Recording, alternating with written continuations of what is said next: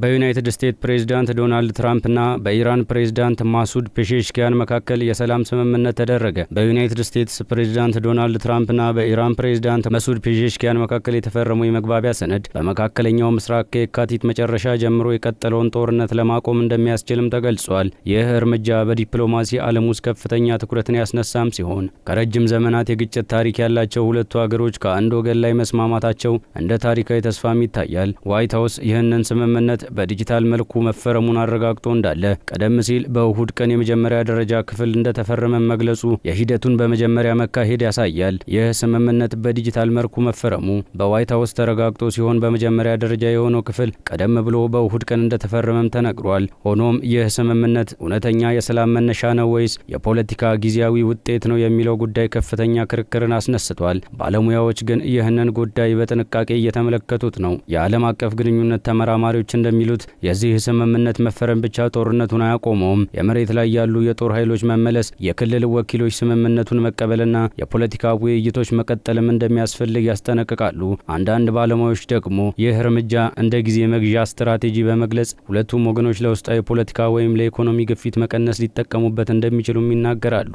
በሌላ በኩል የኢኮኖሚ ተንታኞች ይህ ስምምነት ቢተገበር የዓለም የነዳጅ ገበያ ላይ እጅግ አስፈላጊ ተጽዕኖ ሊኖረው እንደሚችልም ይገመታል። የነዳጅ ዋጋ መቀነስና የንግድ መንገዶች መመለስ እንደሚቻል ቢጠቁሙም ስምምነቱ ካልተፈጸመ ግን ተጨማሪ ውጥረቶች ሊፈጠሩ ይችላሉም ብለዋል። ይህ የተፈረመው ሰነድ እንደ አንድ ታሪካዊ እርምጃ ቢታይም ውጤቱ በሙሉ በአግባቡ መተግበሩንና በክልሉ ያሉ ሁሉም ተዋናዮች እንዴት እንደሚያካትት መመልከት ይቻላል። የሰላም ተስፋ ቢኖርም አደጋዎችና ግጭቶች እንደገና ሊነሱ የሚችሉ መሆናቸውም እየተጠቀሰም ይገኛል። ነገር ግን ይህ ስምምነት በቀጥታ ሰላም ያመጣል ወይስ በፖለቲካ የተገደበ እርምጃ ነው የሚሉ ጥያቄዎች በዓለም ዙሪያ የተለያዩ ግምገማዎችንም አስነስተዋል። በቢቢሲ፣ አልጀዚራ፣ ሮይተርስ እና አሶሺየትድ ፕሬስ የተገኙ ዘገባዎች እንደሚጠቁሙት ይህ እርምጃ በከፍተኛ የዓለም ዲፕሎማሲ ግፊት የተፈጠረም ሲሆን ዋና ዓላማው የጦርነቱን መስፋፋት መከላከልና ክልሉን ወደ ሙሉ የአገር ግጭት እንዳይወስድ መገደብ መሆኑን ያሳያሉ። እነዚህ ምንጮች በተለይም የስምምነቱን ዝርዝሮች ገና እንዳልተገለጹ እየጠቆሙ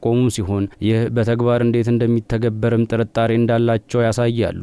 ይህ የመግባቢያ ስምምነት በአጠቃላይ የጦርነቱን መቀነስ ቢያበረክትም በተግባር ግን አንዳንድ ወገኖችን ሊጎዳ ወይም የፖለቲካና የኢኮኖሚ ጥቅማቸውን ሊቀንስ ይችላል የሚሉ ሀሳቦችም ብዙ ናቸው። በዚህም ቀድሞ የሚጠቀሙት ተዛማጅ የጦር ቡድኖች ናቸው። በክልሉ ውስጥ ከኢራን ወይም ከሌሎች ኃይሎች ድጋፍ የሚቀበሉ ቡድኖች ከጦርነት መቀነስ ጋር ኃይላቸውን ሊያጡ ይችላሉ። ስለዚህ እነዚህ ቡድኖች ስምምነቱን ሊቃወሙ ወይም በተግባር ሊያበላሹ ይችላሉ ተብሎም ይገመታል። እንደ ሳዑዲ አረቢያ፣ እስራኤል ወይም ሌሎች ኢራንን እንደ ተጽዕኖ አደጋ የሚመለከቱ ሀገሮች ከዚህ ስምምነት በኋላ የኢራን የዲፕሎማሲና የኢኮኖሚ ኃይል ከፍ ሊል ይችላል ብለውም ይጨነቃሉ። ይህም የክልል ኃይል ሚዛንን ሊቀይር ይችላል። የጦር ኢንዱስትሪና ከጦርነት ተጠቃሚ የሆኑ ኢኮኖሚያዊ ዘርፎችን ሊጎዱም ይችላሉ።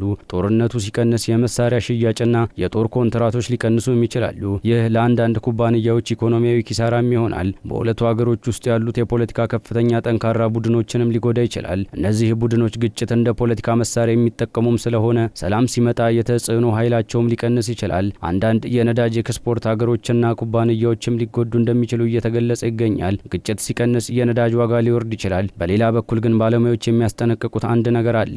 ስምምነቱ በትክክል ካልተፈጸመ ወይም በከፍተኛነት የሚመለስ ግጭት ሊፈጠርም ይችላል። ይህ በተለይ በህዝብ ደረጃ እንኳን የአደጋ ሁኔታ ሊፈጥርም ይችላል። አጠቃላይ ሲታይ ይህ ስምምነት ለሰላም ተስፋ ቢያመጣም ከእርሱ የሚጎዱ ወገኖች እንዳሉም ግልጽ ነው። እነዚህም በተለይ ከግጭት የሚጠቀሙ ወይም በአዲስ የፖለቲካ ጋር የማይጣጣሙ ኃይሎችም ናቸው። የዓለም አቀፍ ግንኙነት ባለሙያዎች ይህንን ሁኔታ በሁለት መንገድ ይመለከቱታል። አንዳንዶች ይህንን እርምጃ እንደ አስፈላጊ የሰላም የመጀመሪያ እርምጃ ሲያዩት፣ ሌሎች ደግሞ እንደ ጊዜያዊ የፖለቲካ መግዣ ስምምነትም ይገምቱታል።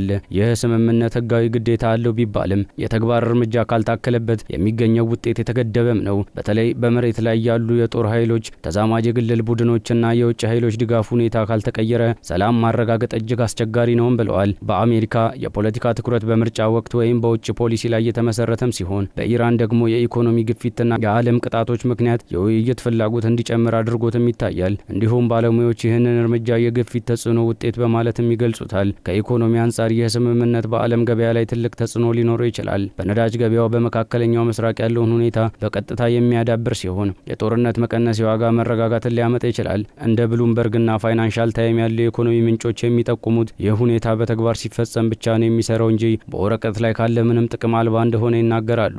በጂኦፖለቲካል አንጻር ደግሞ ይህ ስምምነት ለክልሉ ኃይሎች እንደ ሳውዲ አረቢያ፣ እስራኤልና ቱርክ አስፈላጊ መልእክትን ይልካል። አንዳንድ ባለሙያዎች ይህ ሁኔታ አዲስ የክልል የኃይል ሚዛንን ሊፈጥር ይችላል ሲሉም የቀድሞ ግጭት በቀላሉ እንደማይጠፋ ይጠቁማሉ። በተለይ ተዛማጅ የሰላም ውይይቶች ካልተካሄዱ ይህ ስምምነት ብቻ የሚያመጣው ለውጥ ውስን እንደሆነም ይገምታሉ። ይህ ስምምነት እንደ አንድ አስፈላጊ የመጀመሪያ እርምጃ ሊቆጠር ቢችልም በሙሉ የሚፈጠረው ውጤት በተግባር መተግበሩ ላይ ይመሰረታል። ባለሙያዎች በግልጽ ሁኔታ የሚያስጠነቅቁት ነገር አንድ ነው። የሰላም ሰነድ መፈረም ቀላል ነው፣ ግን ሰላምን መጠበቅና መጠናከር እጅግ ከባድ ሂደትም ነው። ስለዚህ ይህ እርምጃ የተስፋ መነሻ ቢሆንም ወደ ቋሚ ሰላም ለመድረስ ተጨማሪ የዲፕሎማሲ ስራ፣ የክልል ተሳትፎችና የዓለም ድጋፍ እንደሚያስፈልግም በሰፊው ይገልጻሉ።